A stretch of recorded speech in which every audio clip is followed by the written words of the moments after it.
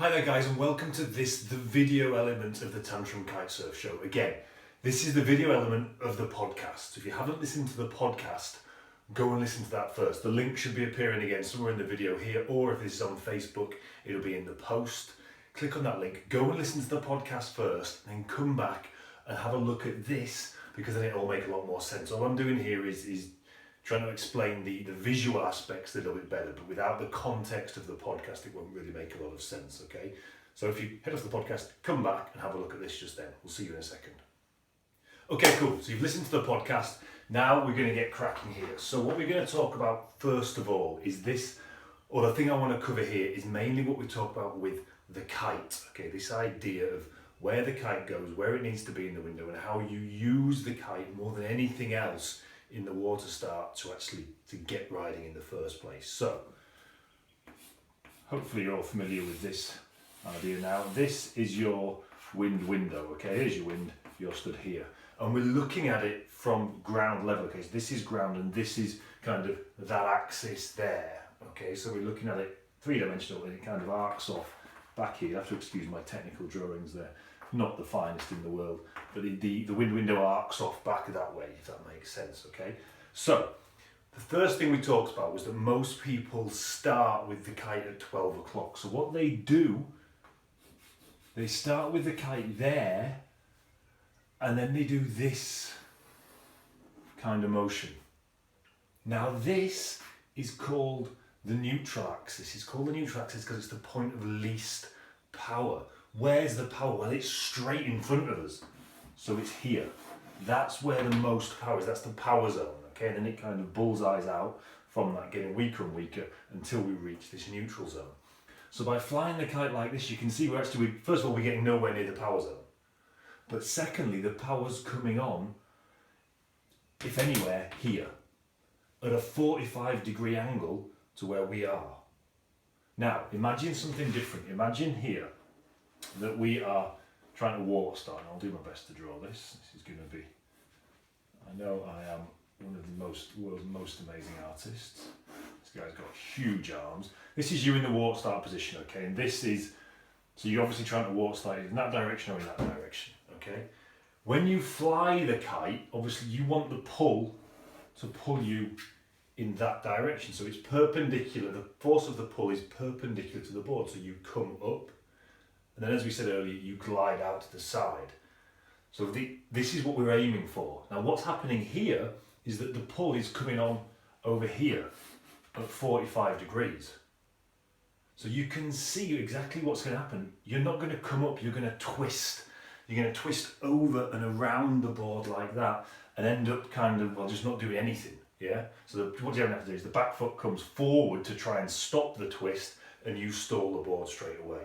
So you need the power coming on in front of you, i.e. sort of here, so that you raise up out of the water rather than twist around.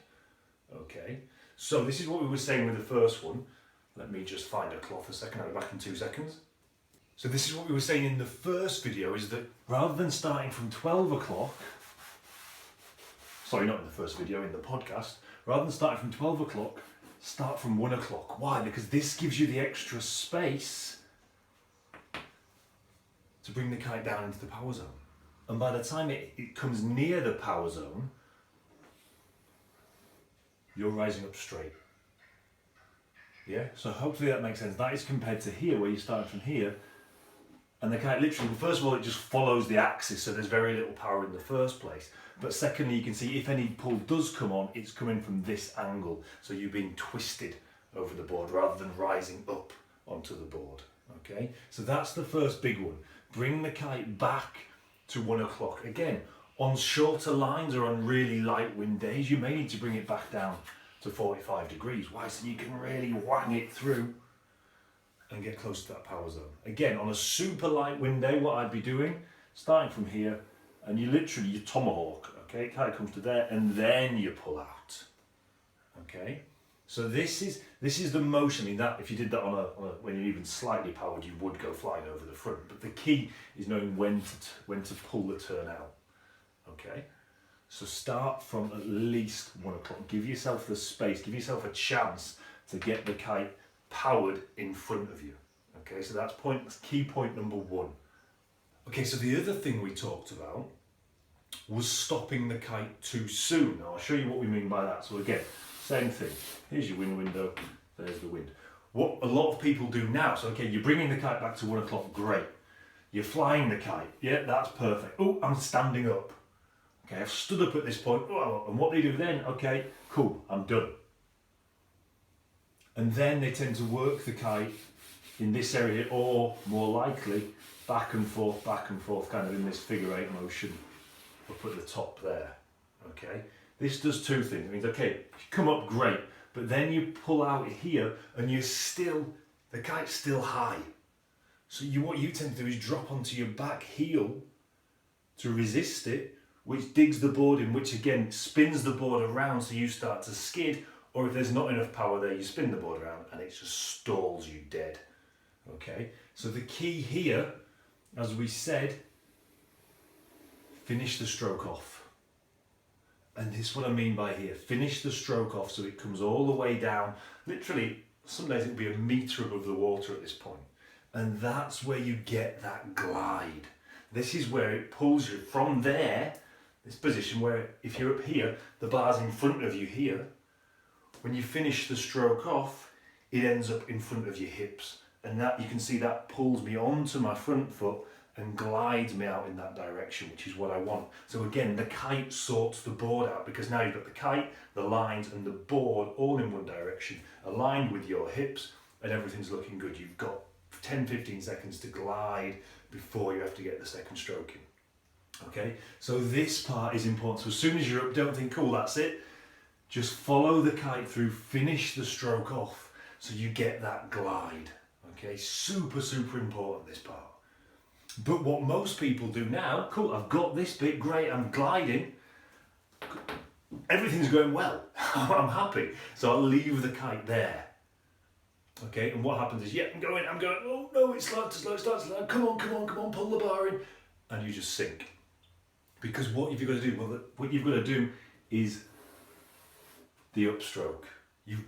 That upstroke is what keeps you on the board. So the first stroke, as we said, gets you the momentum. It gives you the time to get the kite back up, because while you're bringing the kite back up, you are pulled up onto the board again. So you pulled up, so you kept gliding. Don't bring it back too far. Don't bring it back past 11 o'clock, so bring it to here. And then your third stroke, this is the one that I often think is the one that actually makes you ride. So you get your first stroke gets you out of the water and glides. Second stroke keeps you on the water. Third stroke shoots you forward, and that's what actually starts getting you riding. The big mistake here, as we said, people bring the kite too far back. Now you're riding in this direction, your kite's pulling in this direction, you get a kind of a pendulum effect. Or you've got the kite up here and you kind of get pulled onto your toes and you just sink. Yeah, you just start to lose forward momentum. This is a cool. So if you're thinking, well, I've got the water start, but I'm just not riding, I just keep losing power, I keep stalling, you're probably leaving the kite down here. If you're gliding, but then you're finding the kite's working above your head, it's probably that you're bringing the kite too high up. It needs to stay between 11 and about 9:30 if we're riding in that direction, or 1 and 2:30. It would be on the other side. Yeah, so it needs to stay on those sides of the window to propel you forward. Okay guys, so that's the main points I wanted to cover on the water start today. Again, any questions, send me an email, sam@tantrumkitesurf.com. It comes straight to my email address. I'll be only too happy to answer your questions. Anything I've missed, anything that you didn't quite understand, anything that you want explaining a bit better, I'll go through it with you. Or check out the podcast. There's a load more information on the podcast about water starting, but there's also a lot of other stuff on there as well. Just good stuff for kite surfing. So check out the podcast. As I say, the rest of this presentation is on the podcast as well. So you want to go there, check out the rest of this if you haven't done that already. Listen to that, go through it from there. And we will see you next time, guys. Get water starting.